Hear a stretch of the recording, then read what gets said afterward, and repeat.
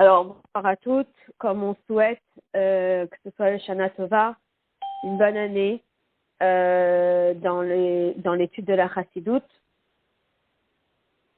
Bedarka Chassidut. Belimud Chassidut ou Bedarka Chassidut, qui veut dire dans l'étude de la Chassidut et dans le chemin de la Chassidut. Alors, quoi de plus beau que d'étudier les profondeurs de la Chassidut sur la Torah, le jour de Yutet Kislev. Et donc, merci Esther. Et donc, on va étudier une tira que j'ai toujours voulu étudier, mais qui me semblait très très complexe. Et grâce à Dieu, grâce au projet d'écouter Sirot, on va pouvoir l'étudier ensemble. Alors, c'est une tira sur la fameuse histoire de Yehuda et Tamar. Et le rabbi, dans la tira, va parler de ce mariage entre Yehuda et Tamar. Et Yehuda qui compte offrir le chevreau à Tamar, et le temps qu'il lui offre, elle lui demande Maha Eravon, qu'est-ce que tu vas me donner en garantie que tu vas m'offrir ce cadeau? Et donc il est écrit dans le verset Vayomer Yehuda a dit Maha Eravon asher eten lach, quelle est la garantie que tu souhaites? Vatomer Tamar, et Tamar a répondu Chotamcha ou ptilecha ou matecha asher beyadecha. Si on traduit au sens simple du texte, Chotam, c'est un tampon, donc elle dit ton tampon, ou ptilecha, petit, c'est un fil, et ton fil, ou matecha, et ton bâton, asher beyadecha, qui est dans ta main.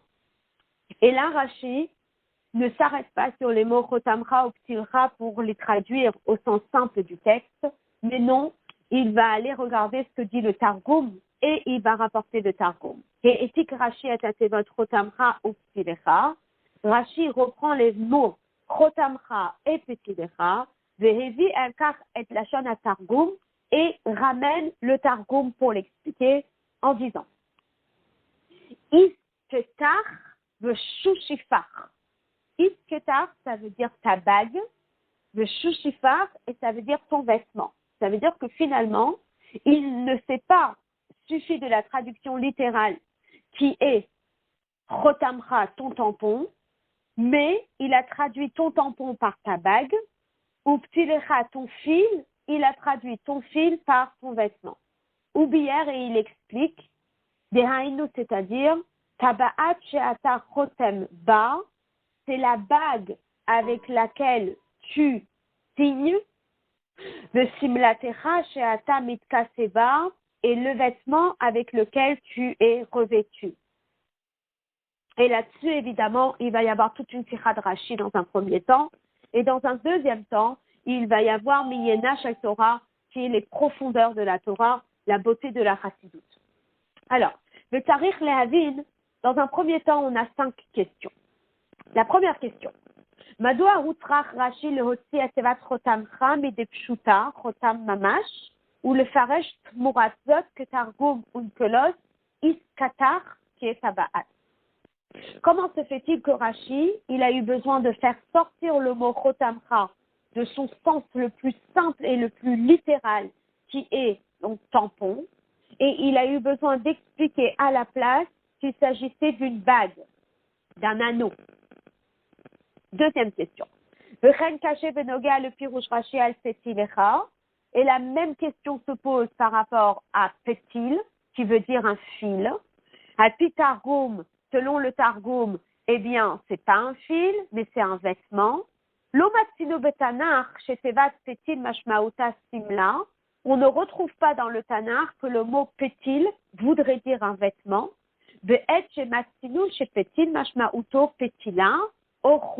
Mais on a déjà, vu le mot pétil, et c'était un fil ou éventuellement une petite ficelle ou une corde. Mais comment se fait-il que Rashi, il a changé la traduction littérale de pétil, qui a déjà été vue sous la traduction de fil, et il a mis à la place un vêtement? Et la troisième question, elle va à la suite de la deuxième. Le fil Rashi à la Torah, Beherrech Lomar, chez Tevat Petil, Enat Doreshet Birush Klal. Selon Rashi, eh bien, le mot petil n'aurait pas du tout eu besoin d'être expliqué parce que c'est une évidence, c'est pas un mot qui est difficile. Normalement, ça n'aurait pas eu besoin d'être expliqué. Que Rov Amachria chez la Tevot Betanar chez Rashi et Nom et Farshan, comme la majorité des mots dans le Tanar que Rashi n'explique pas. En général, s'il ne les explique pas, c'est parce que c'est simple à comprendre et on n'a pas besoin d'explication. Qui aurait entièrement expliqué pourquoi Rashi n'explique pas le mot pétil, parce que le mot pétil fait partie d'un lexique facile à comprendre et le Ben Chamesh le Mikra n'aurait pas eu besoin d'une explication particulière sur ce mot-là. Alors, après, ce qu'on pourrait éventuellement dire, c'est peut-être que pétil veut dire fil, mais dans ce contexte-là, on n'arrive pas à comprendre qu'est-ce que Tamar veut de Yehuda en demandant un fil. Et c'est peut-être pour cela que Rashi a eu besoin de donner une explication qui est celle de Unkelos, qui est un vêtement. Afilu im nimsa, hechrach lecha, shemashmaut pétil de parachatenu, enachut, ochevel, que bechol makom. Même si on va dire que dans ce contexte-là, pétil ne peut pas vouloir dire un fil ou une ficelle ou une corde, Ayal Rashi le Farash Petilecha que Pirouch Rashbam. Alors, Rashi, il aurait dû plutôt s'inspirer du Rashbam que de Unkelos. Parce que le Rashbam, eh bien, il ne s'éloigne pas trop de la ficelle. Et de quoi il parle? Il parle de Ezor.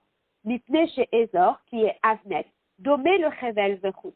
Il dit que, effectivement, c'est difficile de traduire dans le contexte ici, pétil par une ficelle ou par un fil.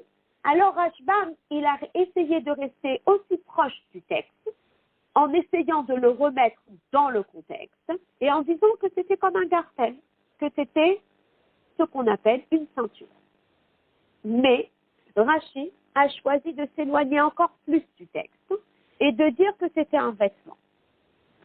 Cinquième question. Mipnema hu tzrach Rashi le hostif et ההסבר טבעת שאתה חותם בה ושמלתך שאתה מתכסה בה. Comment se fait-il que Rashi a-t-il eu besoin de rajouter toute une explication? Dans un premier temps, il s'éloigne du texte et il dit chotamcha, tu ne vas pas le traduire comme tu l'aurais traduit habituellement par un tampon. Ensuite, il dit petilecha, tu ne vas pas le traduire comme tu l'aurais traduit habituellement un fil, ou du moins comme Rashbam, une ceinture. Et il donne des explications qui sont quand même éloignées du texte. Pour Chotamcha, il dit que c'est Tabaas, que c'est un anneau. Pour Petilcha, il dit que c'est un vêtement.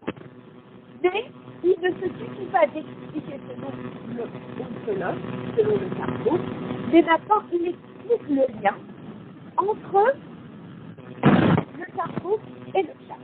Et il dit, lorsque je te dis Tabaas, un anneau, c'est pas n'importe quel anneau, c'est un anneau qui a un son qui lui permet de finir. Donc il rejoint Tabaas avec le fait que Protel veut dire un son. Ensuite, quand il dit un vêtement, là par contre il dit que c'est un vêtement, c'est un tarif Kaseba avec lequel tu peux couper.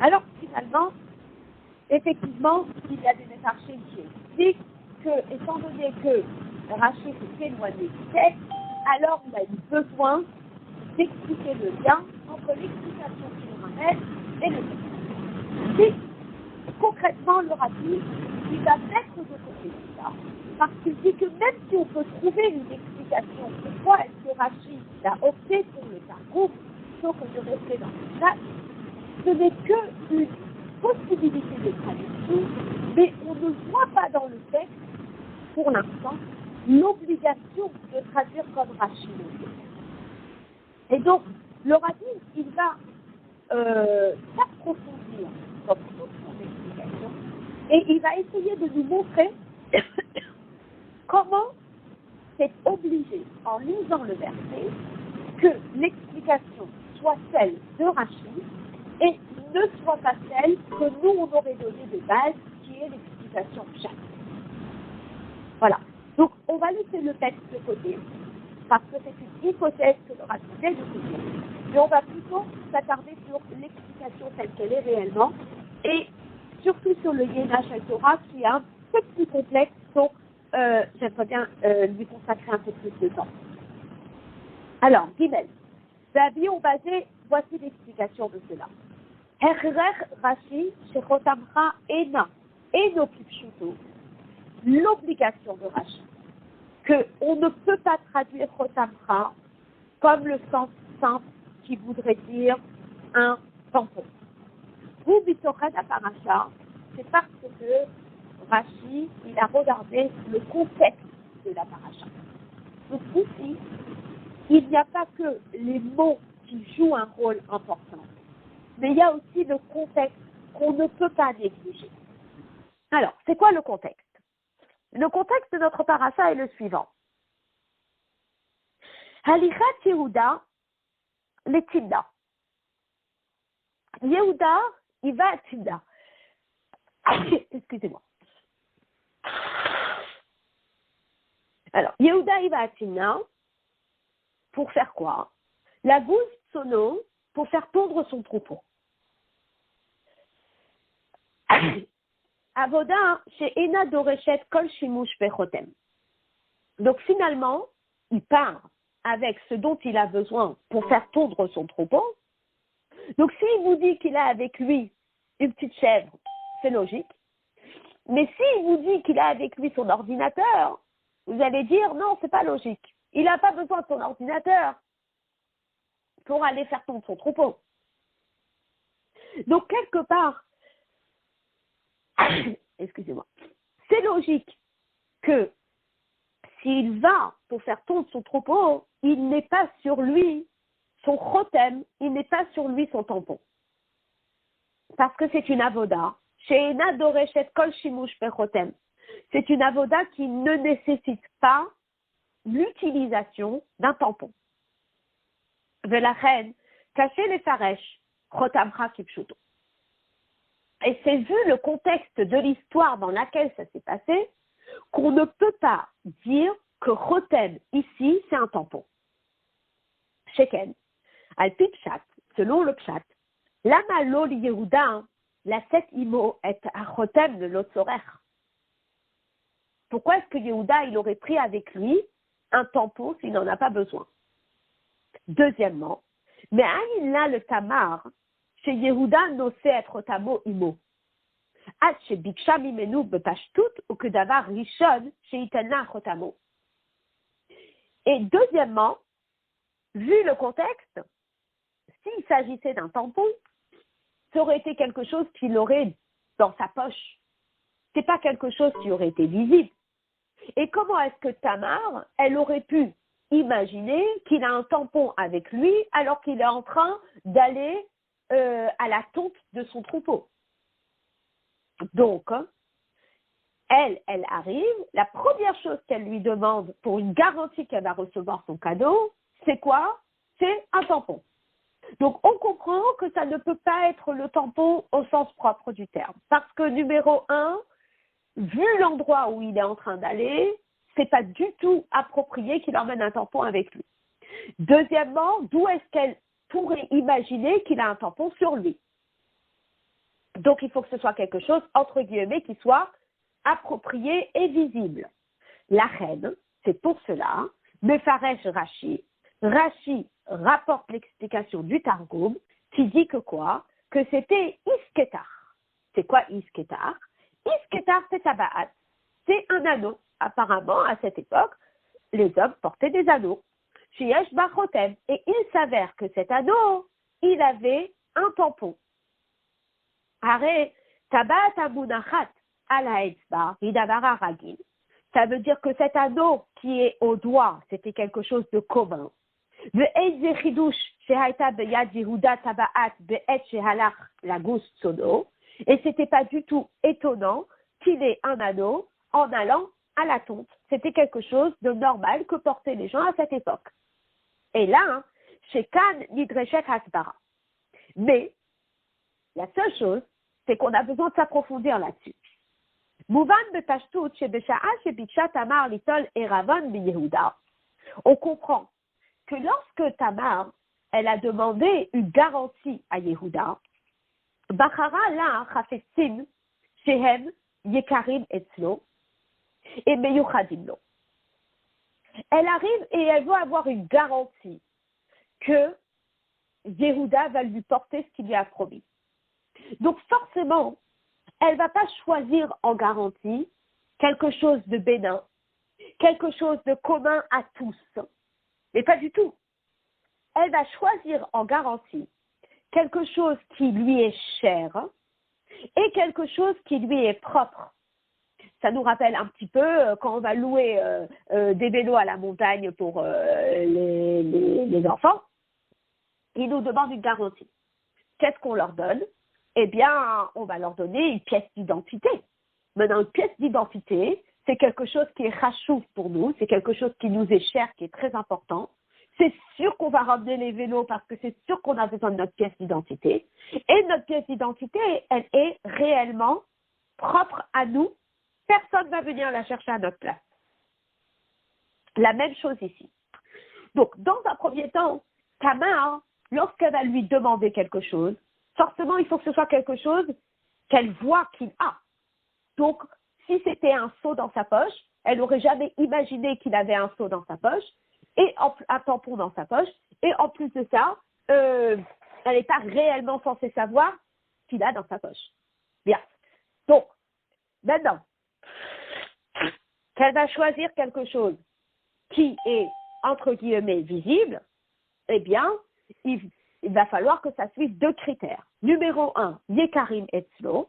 Il faut que ce soit quelque chose qui soit yakar, qui soit cher à ses yeux. Et alors, il va comprendre pourquoi elle a choisi cette chose-là. Et deuxièmement, que ce soit quelque chose qui lui soit propre à lui. Parce que après, lorsque on a découvert qu'elle était enceinte, eh bien, et que ça avait été décrété qu'elle soit brûlée, etc., elle a dit, Hakerna le dit, qu'il reconnaisse à qui ça appartient. Donc forcément, il fallait que ce soit quelque chose qui lui soit propre à lui et à personne d'autre. C'est la reine.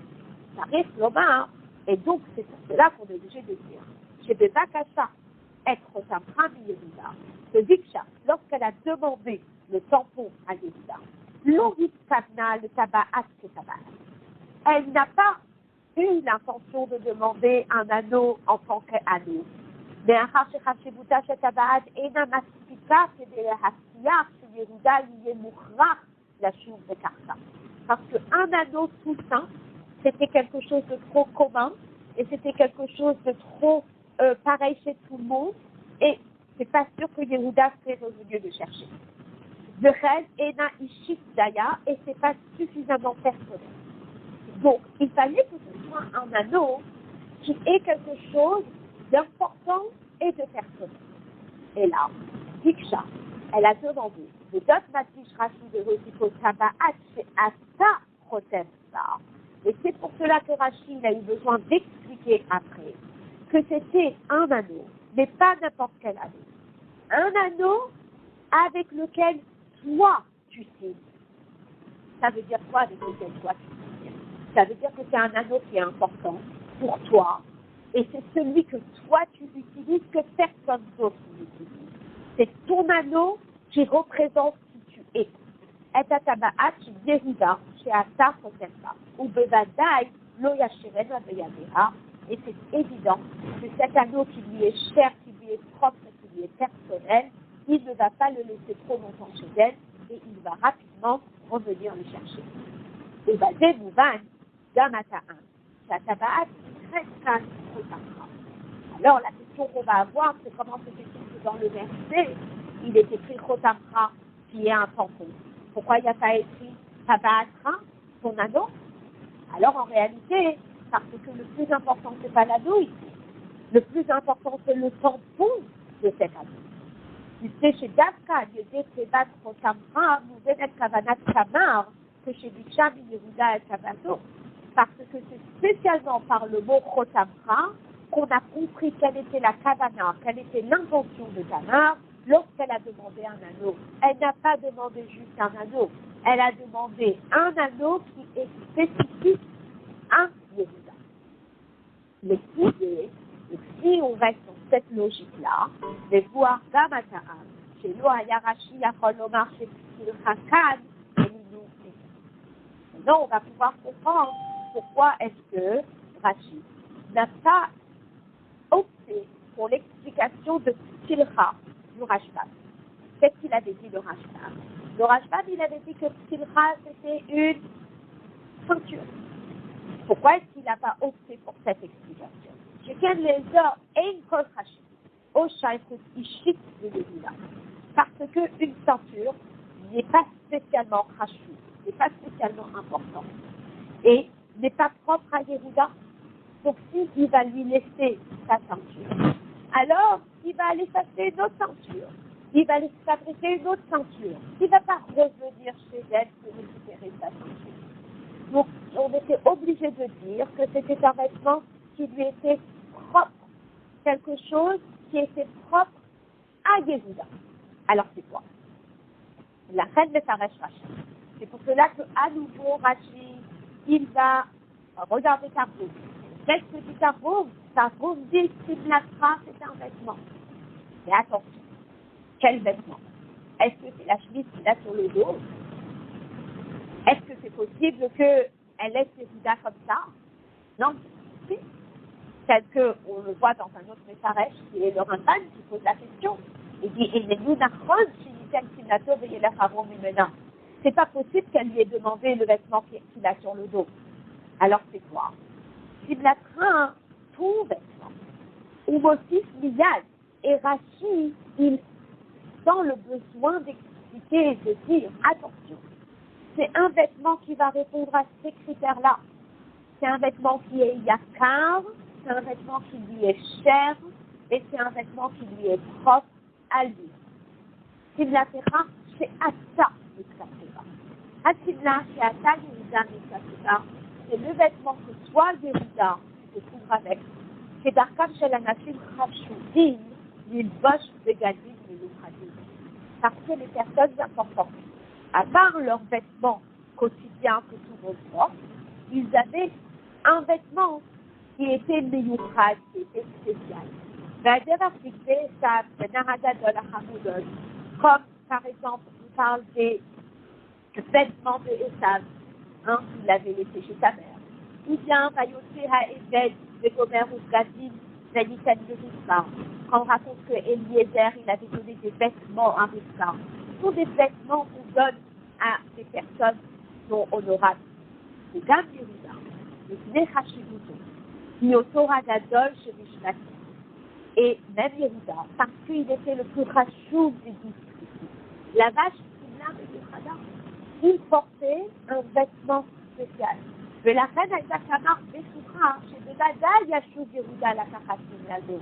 Et comme c'était un vêtement spécial, et c'était un vêtement qui était propre à Yehuda, alors elle lui a demandé qu'il le lui laisse, jusqu'à ce qu'il ramène le cadeau, et après elle lui rendra. Et donc, Rashi a eu besoin de spécifier ça. Et c'est pour ça qu'il a dit, c'est le vêtement chez Asa Mitzatera.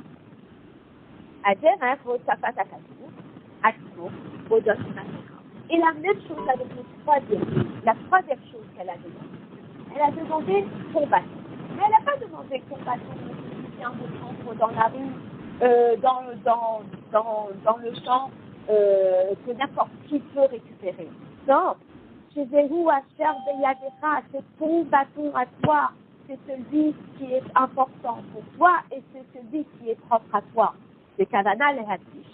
C'est Tamar Boucha, l'eau Makal Sam. Que Tamar, elle n'a pas demandé Sam un bâton. Elle m'a fait l'eau chez Yehuda d'Afra à faire buter et Mourassita. C'est le bâton de Yehuda qui exprime la grandeur de Yehuda. Ou le pilier de Yoshered le Mela à Fushat Arafat. Et donc là, on va pouvoir tout de suite résoudre la problématique du Ramban qui est citée dans le Hosbet qu'on n'a pas dit. C'est-à-dire chez Yehuda et chez Tamar. Comment est-ce que Yehuda aurait pu laisser son vêtement chez Tamar? C'est chez lui et c'est aussi la Yehuda chez la vache, parce que ce n'était pas le vêtement qui était son vêtement comme tout le monde porte le vêtement. Et la Sibla Meyouchedet, chez la vache, c'est Siman le Chashivouto, mais c'était un vêtement qu'il portait sur ses vêtements, parce que c'était un homme Chashou, parce que c'était un homme important. C'est la manière de faire là. Et pour répondre à la question qu'on a eue dans le Hot Aleph,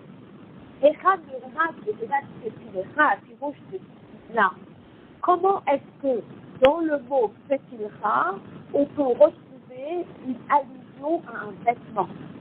C'est quand même très très éloigné. Alors il existe 20 jours du Pirosh Rashi de Parashat Kodelet.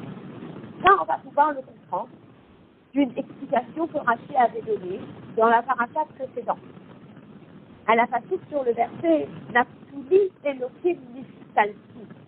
Lorsque Naphtali il est né, eh bien, il a été nommé Naphtali en disant Naphtali Elohim Niftalti.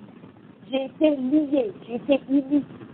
Katav Rashi il explique que Tevat Pétil, que le mot Pétil qu'on retrouve dans Naphtali Elohim Niftalti, Kolel et Gam Nashmaout Shel Chibour, eh bien, a un sens d'attachement.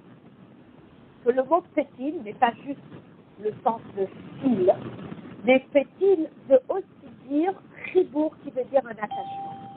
De la fin, Gam Simla, chez Adam Mitzvah Seba, Mikret pétil. Alors, le vêtement que porte une personne peut avoir une dimension d'attachement. Pourquoi? Lieta Krova et l'âme, ou le Chouber Estimo, parce que ce vêtement, il est proche de sa peau. Ça veut dire attaché à la personne. Je ne peux pas me détacher de mon vêtement. Que j'aime chez Tevat Rotamra, que tu vas quand des guignoux, c'est l'histoire les haies. Car me douillait quelqu'un à la chambre de Tilera. De la même façon que la raison pour laquelle la Torah elle a opté pour le tampon au lieu de l'anneau, c'est parce que le tampon, c'était le point fort de cet anneau. L'anneau tout seul ne vaut pas grand-chose. Mais l'anneau, il vaut quelque chose parce que c'est le tampon personnel de Yehuda. La même chose. Le fil tout seul, non, le vêtement tout seul ne vaut pas grand-chose. Mais qu'est-ce qu'il a de spécial, ce vêtement? C'est qu'il est petit, c'est qu'il est attaché à sa personne. C'est un vêtement qui lui est propre. Et comme fait-il, entre guillemets, véhicule le message du vêtement, alors c'est pour cela qu'on a gardé dans le verset le mot fait-il et on n'a pas gardé dans le verset le mot fil. J'explique. Le Tevat fait-il, le Shon Chibour, c'est parce que par le mot fait-il, qui veut dire un attachement, Mitba'eret Savanat Tamar de Bakasha et Simlaté. J'allais dire, on va comprendre que c'est quoi l'intention de Tamar lorsqu'elle a demandé le vêtement de Yehuda. C'est parce qu'elle a demandé un vêtement. C'est pas qu'elle voulait le bloquer avec un vêtement, mais c'était Beged, Baal Chizé de l'âme. C'était un vêtement qui était, duquel il était attaché. Mitzaseba. Le Dam Baal Shaychut Meyuchedet de Yehuda. C'était un vêtement duquel il était attaché, c'était un vêtement qui était propre à Yehuda, vu sa particularité dans le peuple juif, dans les 12 tribus, les Chashivuto Betor Yehuda, qui représentaient sa Chashivut, son importance. Alors, ce qui est incroyable, extraordinaire, déjà, c'est toute une profondeur de la Chashivut qui explique un verset qui a l'air d'être tout simple, et qui explique des mots qui ont l'air d'être tout simples, mais qui montre la profondeur du message entre Yehuda et Tamar. Donc Tamar, elle a envie de s'assurer que Yehuda va lui apporter ce qu'il lui a promis, alors elle va lui demander. Elle va lui demander son anneau, mais c'est pas n'importe quel anneau. C'est un anneau auquel il est attaché. Comment tu le vois que c'est un anneau auquel il est attaché? Ah, parce que c'est son tampon. Ensuite, et donc on le voit dans le mot, on voit pas, dans le passage, il n'y a pas écrit Tabaat, il y a écrit Chotem. Ensuite, on dit, c'est le vêtement. Quel vêtement? C'est le vêtement qui montre qu'il est rachou. C'est le vêtement qui lui est propre. Alors, qu'est-ce qui est écrit dans le verset? Dans le verset, il n'y a pas écrit Simla. Parce que s'il y avait écrit Simla, on aurait dit c'est ça un vêtement. Non, il y a écrit Fétil. Fétil, ça veut dire un vêtement auquel il est attaché, un vêtement qui lui est propre.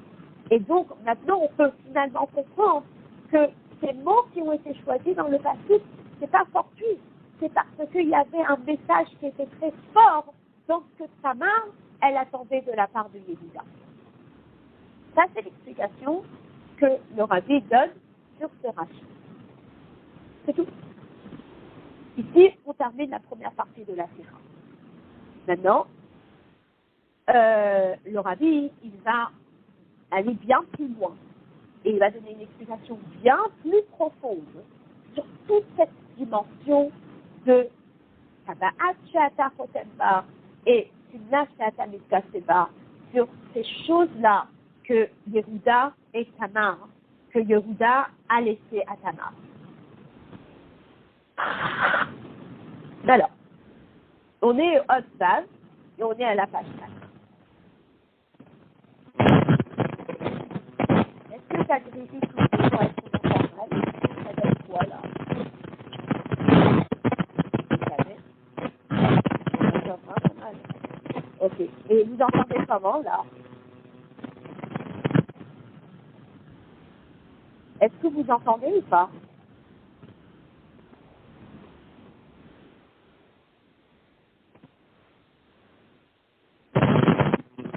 Vous entendez très peu et très mal. Alors, qu'est-ce que vous pensez? Une seconde.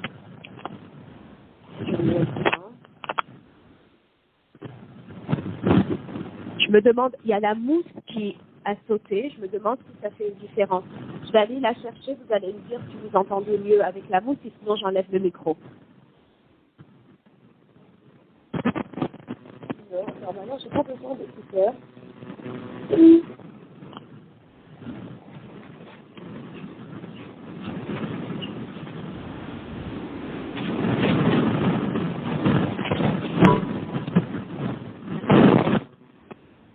Alors, maintenant, vous entendez comment?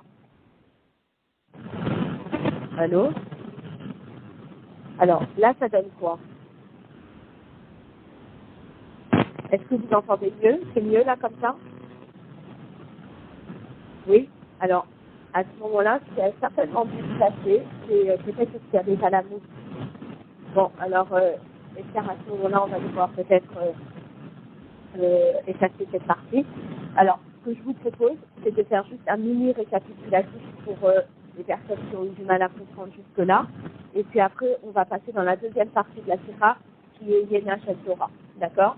Donc, on nous raconte donc dans la paracha que Yehuda, que Tamar a demandé à Yehuda une garantie qu'il va lui porter ce qu'il lui avait promis.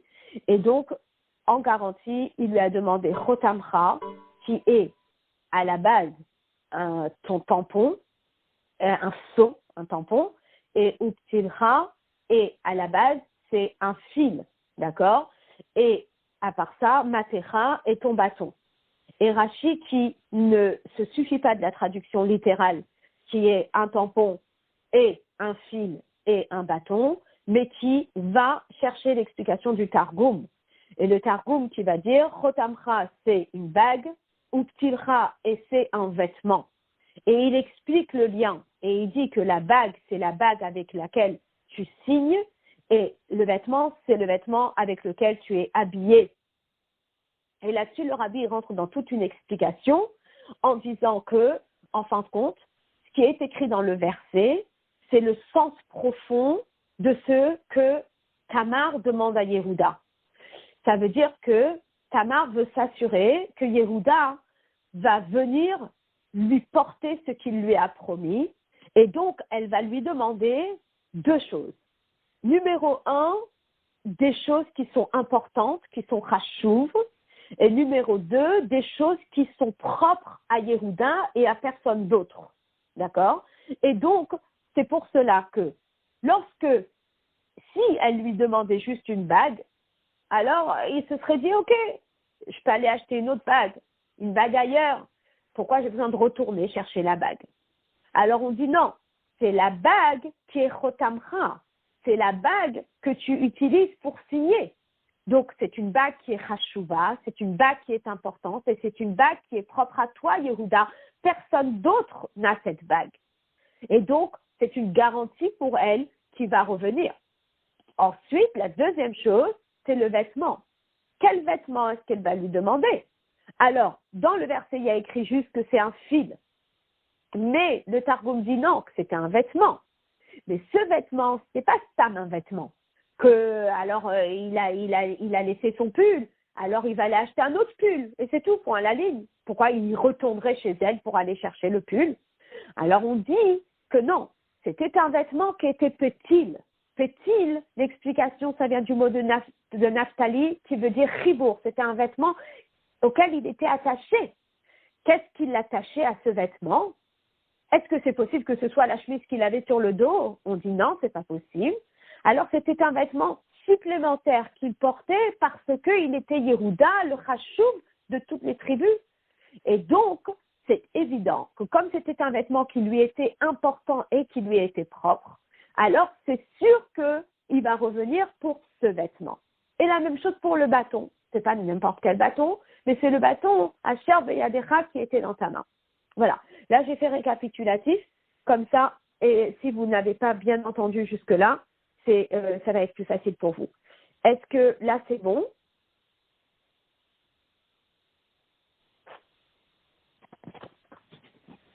Ou est-ce que je dois enlever le micro? Ça donne quoi, là?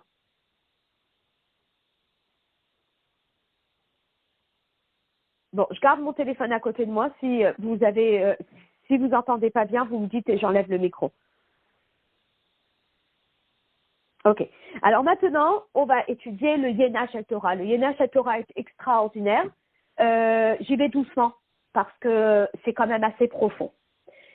Alors, là, on va rentrer dans les profondeurs de Chassidut. D'accord? Alors, Betak Ksavot Ha'amurim Betabaat She'ata Chotem Ba. Alors, finalement, lorsqu'on regarde, il y a deux points un peu extrêmes dans l'anneau avec lequel il signe. Tabaat she'ata chotem ba. Asher michad gisa ratzon tamar be'eravon ze haya lo le shem hatabaat she'en ba chashivut ve'shaychut el Yehuda. Et là, le shem ha-chotem shebo nikara be'aloto ve'chashivuto ba'aluto ve'chashivuto shel Yehuda. D'un côté, Tamar, elle ne recherchait pas le côté anneau dans l'anneau, mais elle recherchait le côté tampon personnel dans l'anneau qui montrait l'importance de Yehuda. Ou les idach. Mais d'un autre côté, qu'est-ce qu'on constate? Que Hachotem, haya lo davar bifne atzmo, et la chelek mehatabaat. Mais on regarde que le tampon n'était pas juste un tampon qu'il avait comme les gens qui ont des tampons personnels dans leur casier, mais c'était un tampon qui faisait partie de l'anneau. Donc, d'un côté, elle ne cherchait pas le côté anneau, mais d'un autre côté, c'était important que le tampon il fasse partie de l'anneau. Matimid le'inyan tabaat sheyesh ba chotem, kefi shemitba'er bepnimiut haTorah. Cette notion de un anneau qui est à la fois un tampon, c'est une notion qu'on peut retrouver dans Chassidut, qui est expliquée profondément dans Chassidut. Ve'advarim kshurim lehesper haklali bepnimiut haTorah, et ces choses-là, elles sont entièrement reliées à l'explication générale que donne la Chassidut. Beta'am shetamar biksha miYehuda, gimel dvarim elu dafka, chotamcha uftinecha umatecha. Alors tout à l'heure, il y avait Odélia, il me semble, qui posait la question et qui demandait pourquoi est-ce qu'il a fallu qu'elle laisse 3 choses. C'est extraordinaire comment Chassidut va expliquer pourquoi il a fallu qu'il laisse 3 choses et pourquoi spécifiquement ces 3 choses-là, il fallait que ce soit Chotamcha, il fallait que ce soit Petilcha et il fallait que ce soit Matecha. Et là, le Rabbi, il va plonger dans toute une explication de Chassidut très profonde et après, il va l'adapter à la notion des objets que Yehuda va laisser à Tamar et après la connexion avec le mariage. Extraordinaire cette explication de Chassidut. Alors, dans un premier temps, on va commencer avec la création du monde. D'accord? Alors, à la Pasouk, sur le verset, Vayichal Elokim Bayom HaShevi'i Melarto Asher Asa. Certainement, vous connaissez la question qu'il y a sur ce verset, où on nous dit qu'Akadosh Baruch Hu, il a terminé le 7e jour le travail qu'il avait commencé. Alors, on est très étonnés. Les Mefarshim posent la question et ils disent, mais n'est-ce pas qu'Akadosh Baruch Hu, il n'a pas travaillé le 7e jour? Qu'est-ce que ça veut dire que Hachem, il a terminé le 7e jour la Melacha qu'il avait commencé? Alors, Ita ben Midrash, le Midrash, il explique. Et il répond comme ça. Il dit, Rabbanan Amré, que les Chachamim, ils ont apporté, pour répondre à cette question, un machal. C'est quoi le machal? Les Melech d'un roi, chez Asalo Tabaat, qui a fait un anneau. Ma'alta Chasera, et qu'est-ce qui manquait sur l'anneau? Chotem. Il manquait le sceau du roi. Car, Maraya Haolam Chaser, qu'est-ce que le monde manquait? Chaser Shabbat, il manquait Shabbat. Alors c'est extraordinaire. Quelque part, c'est vraiment un machal qu'on rapporte d'un anneau avec un sceau. On dit de la même façon que pour le roi, un anneau sans sceau, eh bien, n'est pas un anneau. L'anneau, il prend toute sa valeur lorsqu'on va lui rajouter le sceau. De la même façon, la création du monde, elle a duré 6 jours. Pendant 6 jours, Hachem, il a créé le monde. C'est comme l'anneau. D'ailleurs, on va faire le lien entre les 6 jours de la création et l'anneau. Mais, quand est-ce que le monde, il a-t-il atteint sa perfection et quand est-ce que le monde, il a atteint sa valeur? C'est lorsque Shabbat est arrivé, à l'image du sceau qui a finalisé l'anneau du roi. Veraïnou, c'est-à-dire, chez Ha'olam le Lora Shabbat, que le monde sans Shabbat, ou que Tabaat, Belo, Chotem, ça serait comme un anneau sans sceau. Le Ha-Shabbat, hi que Chotem le Tabaat. Et le Shabbat, c'est comme le sceau dans l'anneau. Alors nous, on n'a pas trop ces histoires d'anneaux avec un sceau qu'on puisse bien comprendre, mais c'est comme si je vous disais, l'enfant, il a son cornet, il attend la boule de glace. Oui, le cornet, il est très important, mais quand est-ce que le cornet, il va avoir toute son importance une fois qu'on va mettre la boule de glace dessus? Donc, tout le cornet, il va atteindre son but, sa shlemout, on va dire, une fois qu'il va y avoir la boule de glace. La même chose, les 6 jours de la création. Les 6 jours de la création, ils ont atteint leur shlemout une fois qu'il y a eu le chotem. Et c'était quoi le chotem? Le chotem, c'est Shabbat. Rabbi ont basé, et le Rabbi, il explique qu'est-ce que ça veut dire en chassidut. Il dit que Tabaat, pourquoi est-ce qu'on compare à un anneau? On ne l'a pas comparé à un cornet de glace avec une glace. Pourquoi on l'a comparé à un anneau avec un tampon? On dit parce que l'anneau en hébreu, on dit Tabaat. Tabaat, c'est les mêmes lettres que Teva, qui veut dire la nature. Hanagat Teva Sheba Olam. Ça veut dire que pendant les 6 jours de la création, Hachem, il s'est contracté et le monde est conduit selon les voies de la nature. Ça veut dire que finalement, qui crée le monde pendant les 6 jours de la création? C'est Hachem, Yudke Vavke, c'est la lumière infinie de Dieu, qui est obligé de se contracter à travers la nature pour permettre au monde de fonctionner selon les voies de la nature. Donc, Taba'at Himilashon Teva. Que l'anneau, c'est la même racine que Teva qui veut dire la nature. Hanagat Teva Sheba Olam, c'est le comportement naturel du monde.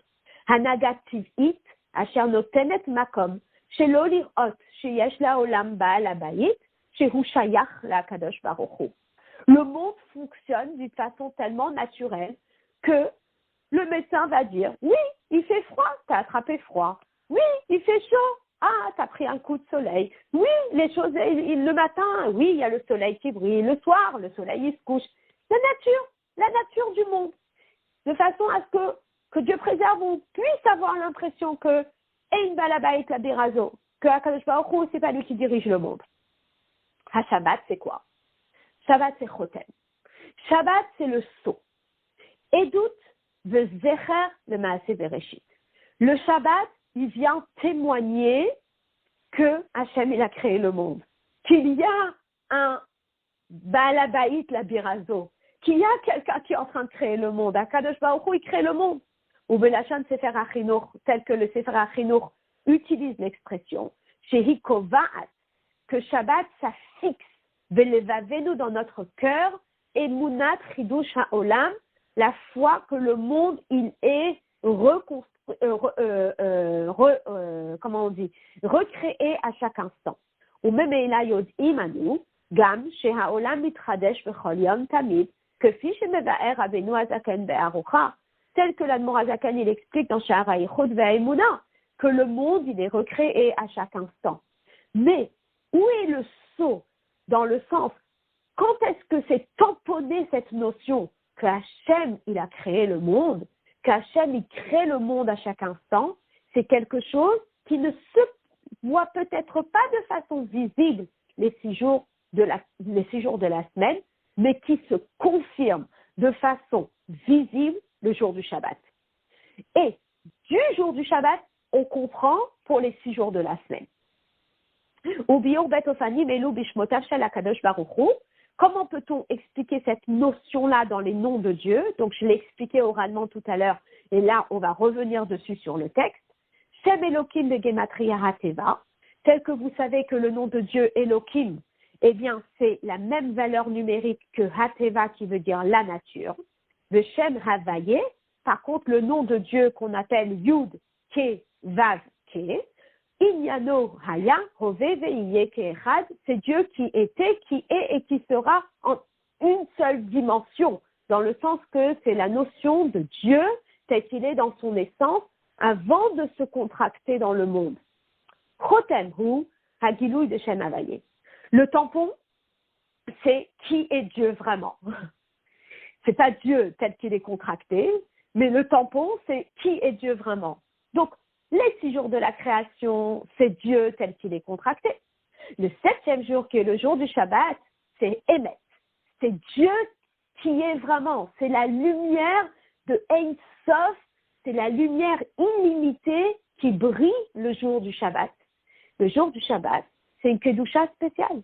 C'est une Kedusha qui est tellement élevée le jour du Shabbat qu'on ne peut pas laisser la place à la Melacha. C'est pour ça qu'il n'y a pas de travail le jour du Shabbat.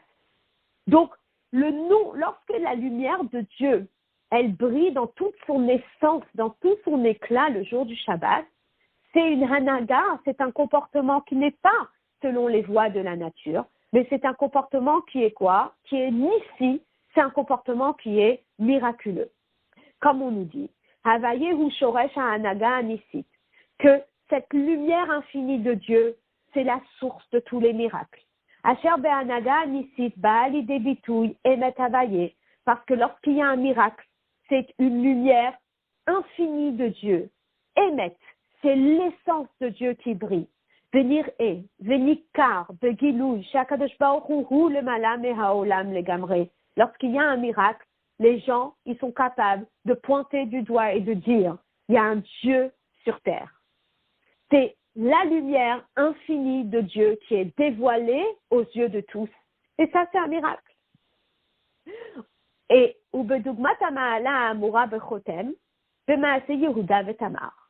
et donc, cette même notion, on la retrouve dans l'histoire de Yehuda et Tamar. Dafka ha-chotem haya yachol shamesh que eravon avour Tamar. Comme on a expliqué, lorsque Tamar, elle a demandé une garantie à Yehuda, elle n'allait pas lui demander un anneau parce que l'anneau n'allait pas symboliser la grandeur de Yehuda. Ce qui allait symboliser la grandeur de Yehuda, c'est l'anneau qui a un sceau. Et le sceau, pas de n'importe qui, le sceau de Yehuda. מפני שבטבעת מצד עצמה אין ניכרת בגלוי שייכותה לבעל הבית, ליהודה. Si on prend l'anneau en soi, on ne voit pas qu'il appartient à Yehuda, donc il n'a pas une importance particulière. Quand est-ce que l'anneau va avoir son importance? C'est lorsque il y aura le chotem. Aval ha-chotem moreh shezehu davar hashayach le Yehuda, mais le tampon va montrer que cette chose-là, elle appartenait à Yehuda. Alors, ce qui est très intéressant, c'est que si c'est le chotem qui était tellement important, si c'était le sceau qui était tellement important, si c'était le tampon qui était tellement important, alors elle aurait pu lui demander son tampon. On dit non, ce qui était important, c'est que c'était le tampon sur l'anneau. La même chose.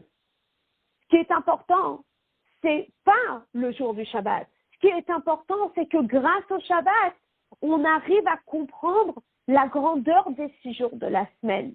Et donc le Rabbi il va connecter maintenant l'importance du Shabbat, qui est le tampon, avec les 6 jours de la semaine, qu'il ne faut surtout pas dissocier. On ne va pas dissocier les 6 jours de la semaine du 7e jour, qui est le jour du Shabbat, mais finalement, on va comprendre, c'est que à travers le jour du Shabbat, tu vois la lumière infinie de Dieu. À travers le jour du Shabbat, tu vois la main de Dieu. Eh bien, quand toi, tu vas comprendre que le jour du Shabbat, c'est la lumière infinie de Dieu et que c'est le moment où l'essence de Dieu brille, de là, tu vas comprendre que les 6 jours de la semaine, c'est aussi comme ça. Même si toi, tu ne le vois pas, mais tu vas pouvoir le voir en l'appréciant dans le jour du Shabbat. Le Rabbi va expliquer ça juste là. C'est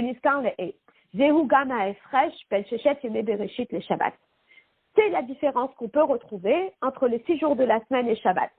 Quand on avait parlé tout à l'heure, l'anneau en soi, qu'est-ce qu'il vaut? Il ne vaut pas grand-chose. Mais il a pris une importance parce qu'il y a le sceau de Yehuda dessus. La même chose. Les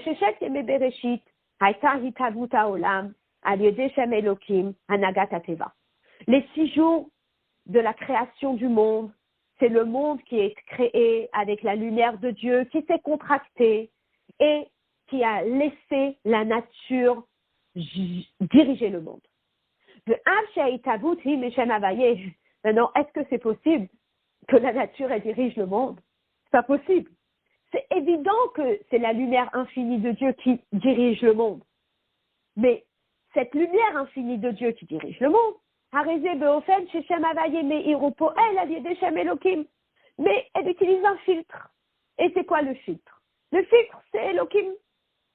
Aval de Shabbat. Mais qu'est-ce qui se passe Shabbat? Shabbat, il n'y a pas de filtre. C'est le sceau de Dieu, c'est le Emet qui brille. Il n'y a pas de filtre Shabbat. Emet avaye le olam. C'est le Emet de Dieu qui brille dans le monde. C'est la lumière éblouissante de Dieu qui brille dans le monde le jour du Shabbat sans filtre. Donc, cette notion-là, le Rabbi, il explique et il dit, tu ne peux pas dissocier les 6 jours de la semaine avec le jour du Shabbat.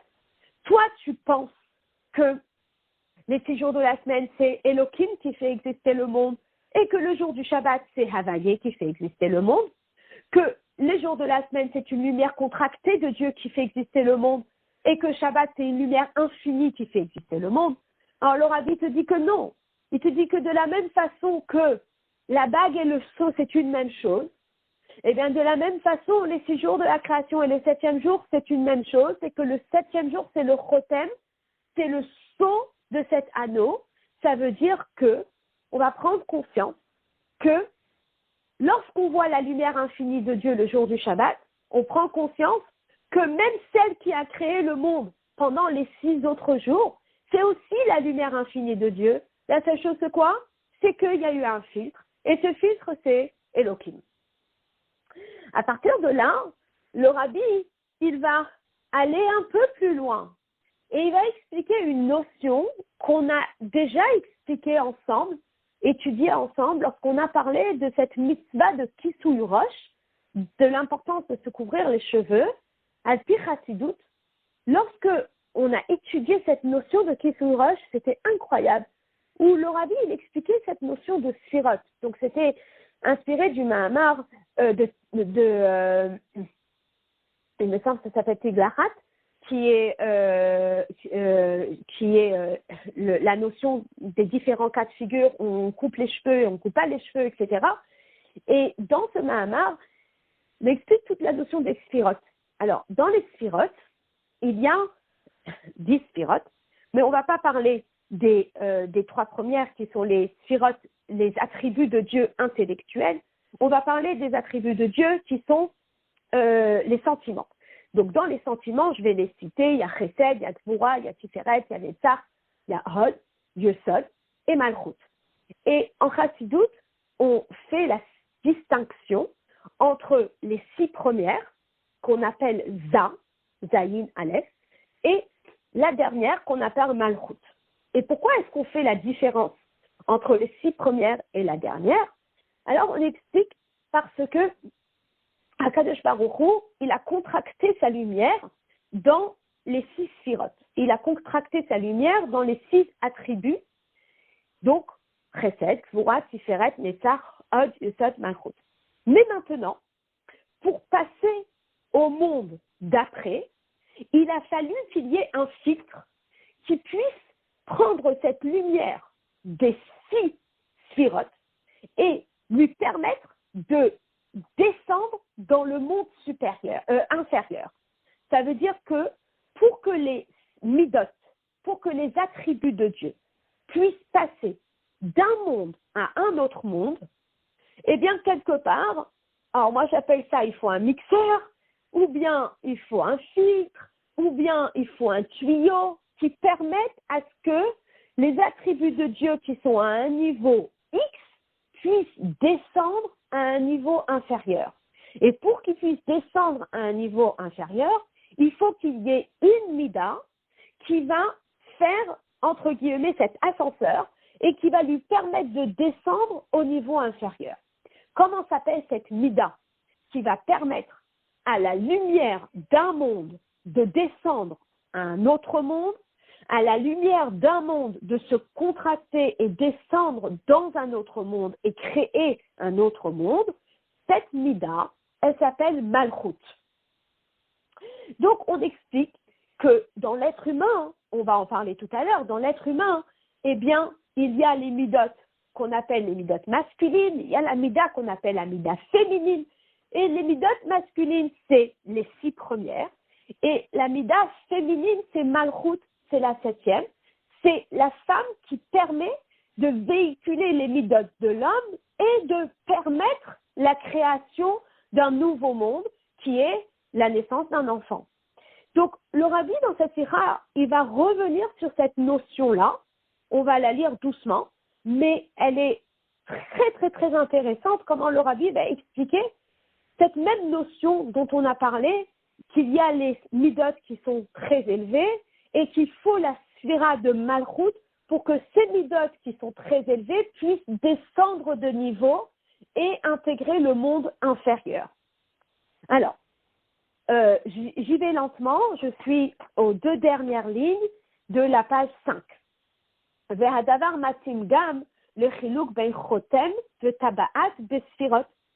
De la même façon qu'on a pu retrouver cette notion d'anneau et de sceau et de tampon dans la création du monde, où on avait dit que l'anneau, c'était les 6 jours de la création, où on voyait que les voies de la nature et on ne voyait pas l'essence de Dieu parce qu'elle était contractée, mais que Shabbat, c'était le chotem, c'était le tampon, et c'est ce qui confirmait que c'était bien Dieu qui avait créé le monde pendant les 6 jours, et que là, sa lumière, elle était éblouissante parce qu'elle n'avait pas de filtre, eh bien, cette même notion, on la retrouve dans les sphirotes. Et là, je suis à le dernier mot de la page 5, Chotem ou Sfirat HaYesod. Le Taba'at, c'est Malchut.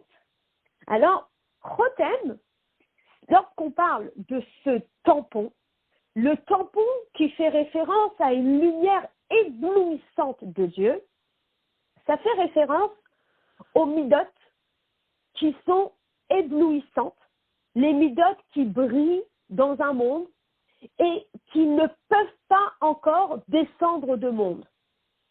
Malchut, c'est cette fameuse sphira dont je vous ai parlé tout à l'heure, qui est ce côté féminin, qui va permettre à ce que cette mida de Yesod, qui brillait sans filtre dans son monde, puisse maintenant passer par le filtre qui est Malchut et descendre dans le monde inférieur. Donc, Chotem, Yesod, cette mida qui est éblouissante, Yesod, eh bien, elle brille comme le sceau de la bague, comme le sceau de l'anneau, et l'anneau, qui vient du mot Teva, qui vient du mot Taba'at, eh bien, va lui permettre de descendre dans le monde. Va Sfirat HaMalchut, hi ha-shoresh de Hanagat-Tivit. Et donc, la mida de Malchut, c'est la source de tout ce qui est naturel, des Yesod, alors que les autres midot, Chesed, Gvura, Tiferet, Netzach, Hod, Yesod, voilà, les 6 autres midot, c'est Shoresh, c'est la source de Hanaga Nisit, de tout ce qui est miraculeux. Donc c'est intéressant d'expliquer à Al-Pi Chassidut que finalement ce qui se passe, c'est que dans les attributs de Dieu, il y a les attributs qui sont là et qui brillent dans toute leur essence et qui n'ont pas de filtre, donc qui sont source de miracles. Et pour que ça puisse descendre dans ce monde, eh bien, il faut que ça passe par un filtre, et ce filtre, c'est la sphira de Malchut. Et donc, la sphira de Malchut, c'est celle qui va quelque part voiler cette lumière, mais obligée de la voiler pour lui permettre d'intégrer ce monde-là. Et c'est pour cela que Taba'at, qui fait référence au monde, qui fait référence à la nature, eh bien, ça symbolise la sphira Malchut, qui est la sphira de la royauté, qui est la sphira qui a permis à ce qu'Akadosh Baruch Hu descende dans ce monde-ci. Alors, comme on l'a expliqué plus haut, que Shem Shea Chotem Eno Mesiut Nifredet Le Atmo, et là Davar Aninsa Betaba'at. Comme on a vu plus haut, le tampon de Yehuda, il n'était pas dans sa poche. Le tampon de Yehuda, il faisait partie intégrante de cet anneau. Ou Memela Aliede Chotem Nikar Shegam Taba'at Shayechet Le Yehuda. Et parce que le tampon, il faisait partie intégrante de l'anneau, c'est ce qui faisait que l'anneau, il était spécial. C'est ce qui faisait qu'on pouvait reconnaître cet anneau par rapport à tous les autres anneaux, et on pouvait pointer du doigt et dire, ça, c'est l'anneau de Yehuda. Mais d'où tu sais que ça, c'est l'anneau de Yehuda? Ah, mais parce que celui-là, il a un tampon. Car comme Shabbat. La même façon pour Shabbat. Nes, qui symbolise cette lumière infinie de Dieu. Donc, s'il y a la place à la lumière infinie de Dieu, c'est la place au miracle. C'est pas quelque chose de dissocié des 6 jours de la création. Et là, hayom hashvi'i de sheshet hayamim. Mais c'est le 7e jour de 6 jours. Vehi po'elet et shlemut betor habriya. Et c'est ce 7e jour qui permet aux 6 jours de la création d'atteindre leur plénitude. Mais la Shon Chazal, comme les Chachamim disent, Mahaya Haolam Chaser, qu'est-ce que le monde manquait? Shabbat. Il manquait Shabbat. Dehainu, c'est-à-dire. Chez Hashlemut Shel Ateva Gufa, Ibazé Chez Mamshichim Bo, Ma Shelem Ala Min Ateva. Qu'est-ce que le monde matériel manque? C'est cette partie surnaturelle. Shem Havaye que Fichehu le Atmo, les Malamina Olam les Gamré. Lorsqu'on apporte une lumière infinie à ce monde limité, c'est là où on permet au monde d'atteindre sa plénitude. C'est pas un simple anneau, c'est un anneau qui a un sceau. C'est pas un simple monde, c'est un monde où brille la lumière infinie de Dieu. Et là, ça rejoint entièrement la sikha qu'on a étudiée la semaine dernière. Comme on avait expliqué la semaine dernière que dans le service de Dieu, il y a deux façons de servir Dieu. Il y a avoda alpita amvedat, c'est servir Dieu avec toute notre tête et avec tous nos ressentis, c'est-à-dire avec, on va dire, ta'am vedat, la raison. Asher aliadam amshichim or eloki, shehu be'erech habriya. Et ce qui est incroyable, comment le rabbi il explique, lorsqu'un juif, il sert Dieu avec la raison, lorsqu'un juif, il sert Dieu avec ses émotions qui sont limitées, eh bien, qu'est-ce qu'il fait descendre? Eh bien, il fait descendre Dieu qui est limité. Par contre, lorsqu'un juif, il va servir Dieu avec Messirut Nefesh, qu'est-ce qu'il va mériter? Eh bien, il va mériter de faire descendre une lumière infinie de Dieu. Il va mériter un miracle. C'est pour ça que plus on se dévoue dans Torah et Mitzvot, et plus on dépasse le raisonnement et notre entendement et notre ressenti et nos émotions, plus on ouvre la porte à une lumière infinie de Dieu pour mériter des miracles dans tout ce qu'on fait et pour mériter une atzlacha, comme on dit, les malam inameshuar, plus élevé que ce qu'on imaginait. Parce que si on fonctionne naturellement, Dieu y réagit naturellement. Si on fonctionne au-delà de la nature, alors Dieu y va réagir au-delà de la nature parce qu'on va déclencher une lumière infinie de Dieu. C'est une sira qu'on a étudiée la semaine dernière et je pense même il y a 2 semaines. Il dit, Avoda chez Messirut Nefesh, chez les Malam Mitam Vedat. Après, il y a une façon de servir Dieu qui est avec Messirut Nefesh. Messirut Nefesh, c'est donné. Alors, intéressant, on reprend ce que Anaël avait dit Motsé Shabbat, mais si on taratson, ça veut dire on s'écoute plus, on s'entend plus, on réfléchit pas à ce que je veux, ce que je veux pas, je dois faire, je fais.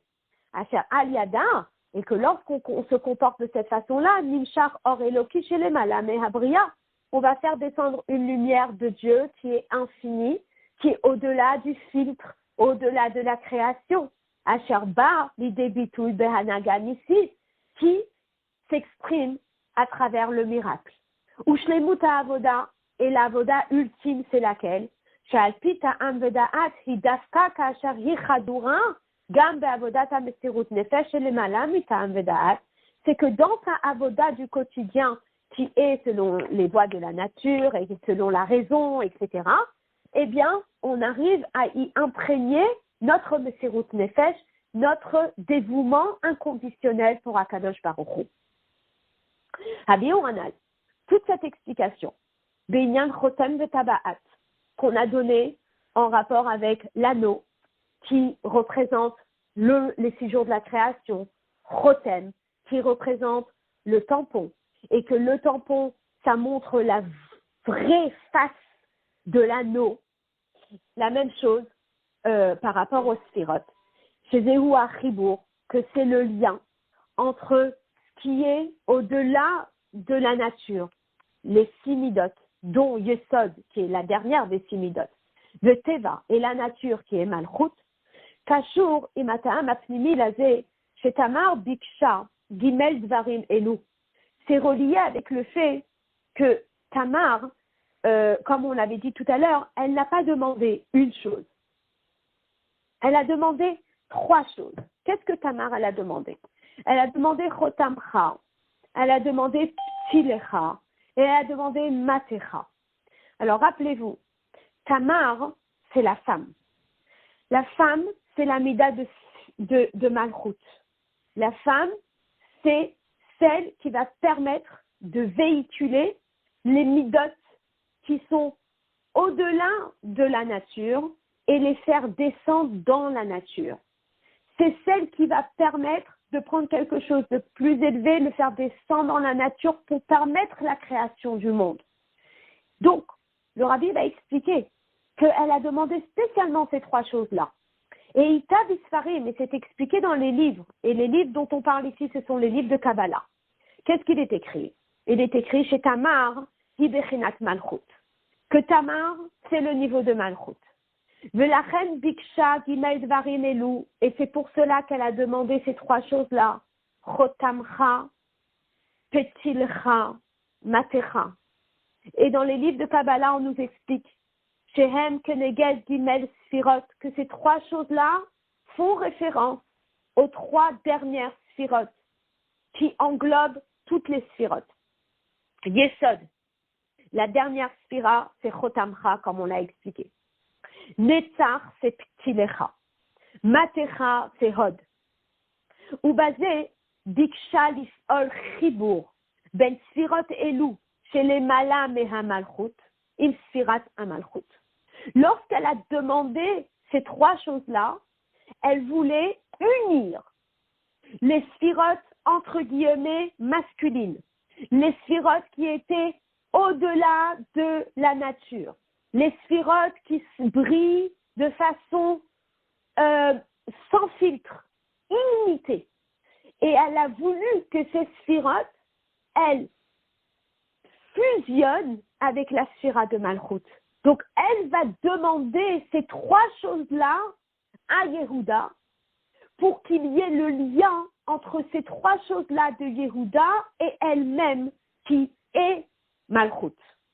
Ou Belachon HaChassidut, elle a voulu Binyan HaMalchut, commencer cette construction de Malchut Beit David. Velachen, Al-Yedé Maaseh Yehuda Vetamar, grâce à cette action de Yehuda et Tamar, Nolad Peretz, Peretz est né, Shehu HaMakor de Malchut Beit David, qui est la source, qui est le démarrage de cette royauté de Beit David ad le Mashiach. Vehainu, chez Inyan Binyan HaMalchut, que cette notion de Binyan HaMalchut, chez Yiyeh Bishlemuto le Atid Lavo, qui se finalisera quand Mashiach va venir, Hitril, comment ça a commencé?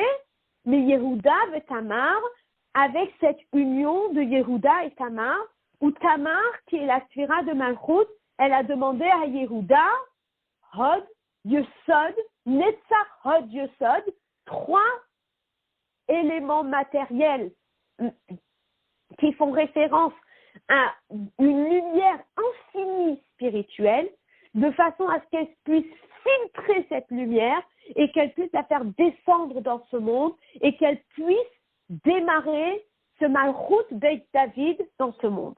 Et donc, on doit dire, si l'on peut l'exprimer de cette façon-là, comme on peut l'exprimer, chez Zehuga Mata'am Apnimi, le Pirouche Rashi, que c'est la raison profonde. Pourquoi Rashi? Chez Chotamcha Hayinu Taba'at, que Rashi, il a dit que Chotem, que le tampon, c'est un anneau. Ou Ba Chotem, qui est un anneau qui a un sceau. Le fi, chez Inyan HaChotem V'Taba'at ou Ka'amour, HaChibour de Yesod ou Malchut. C'est pas juste qu'il y avait un tampon, mais c'était un tampon qui faisait partie d'un anneau. C'est qu'il y a eu ici une union entre ce que Yehuda apportait et ce que Tamar a apporté. Ce que Yehuda a apporté, c'était la sphira de Yesod, et ce que Tamar a apporté, c'était la sphira de Malchut, et elle a permis, avec cette union, qu'il y ait une fusion entre Yesod et Malchut, qui est le début de la construction du royaume de Mashiach. Venimsa. Chez Inyan Achotem V'Taba'at, ou Behetem, le Tochen Aklali de Maaseh Yehuda et Tamar, que finalement, cet anneau, avec le sceau, il symbolise tout le mariage de Yehuda et Tamar. Binyan HaMalchut, Hamshachat Bechinat HaChotem, Betor Bechinat HaTaba'at, d'apporter le sceau dans l'anneau, d'apporter le Yesod dans Malchut. Voilà. Alors, cette notion, on va dire, très profonde, expliquée dans les Maamarim, etc. Mais c'est une notion qui est juste incroyable, extraordinaire, comment le Ravi, il explique ce mariage entre Yehuda et Tamar qui a permis que Mashiach puisse commencer à être, que la maison de Mashiach puisse commencer à être construite.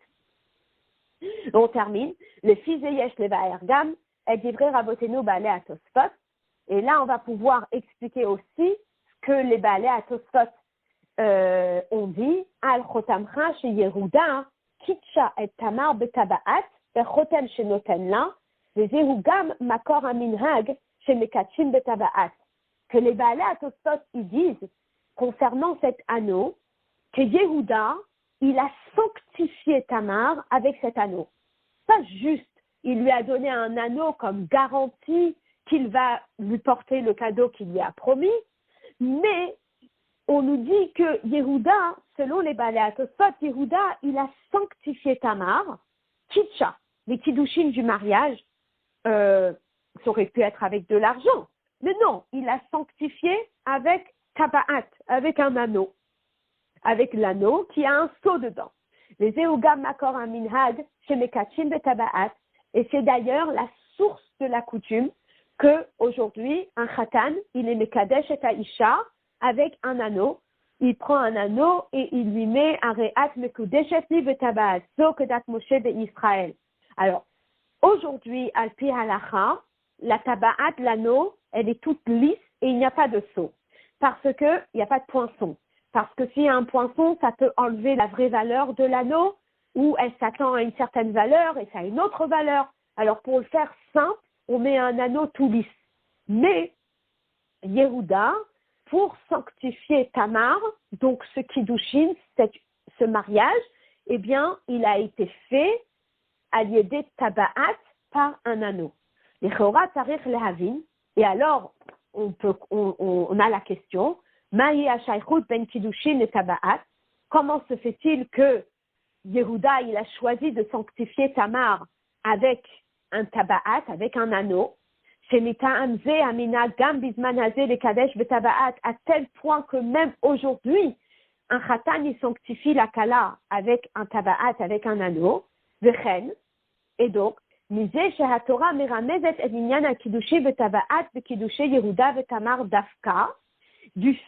que la Torah, elle fait une allusion au Kiddushin avec un anneau des Kiddushin de Yehuda et Tamar,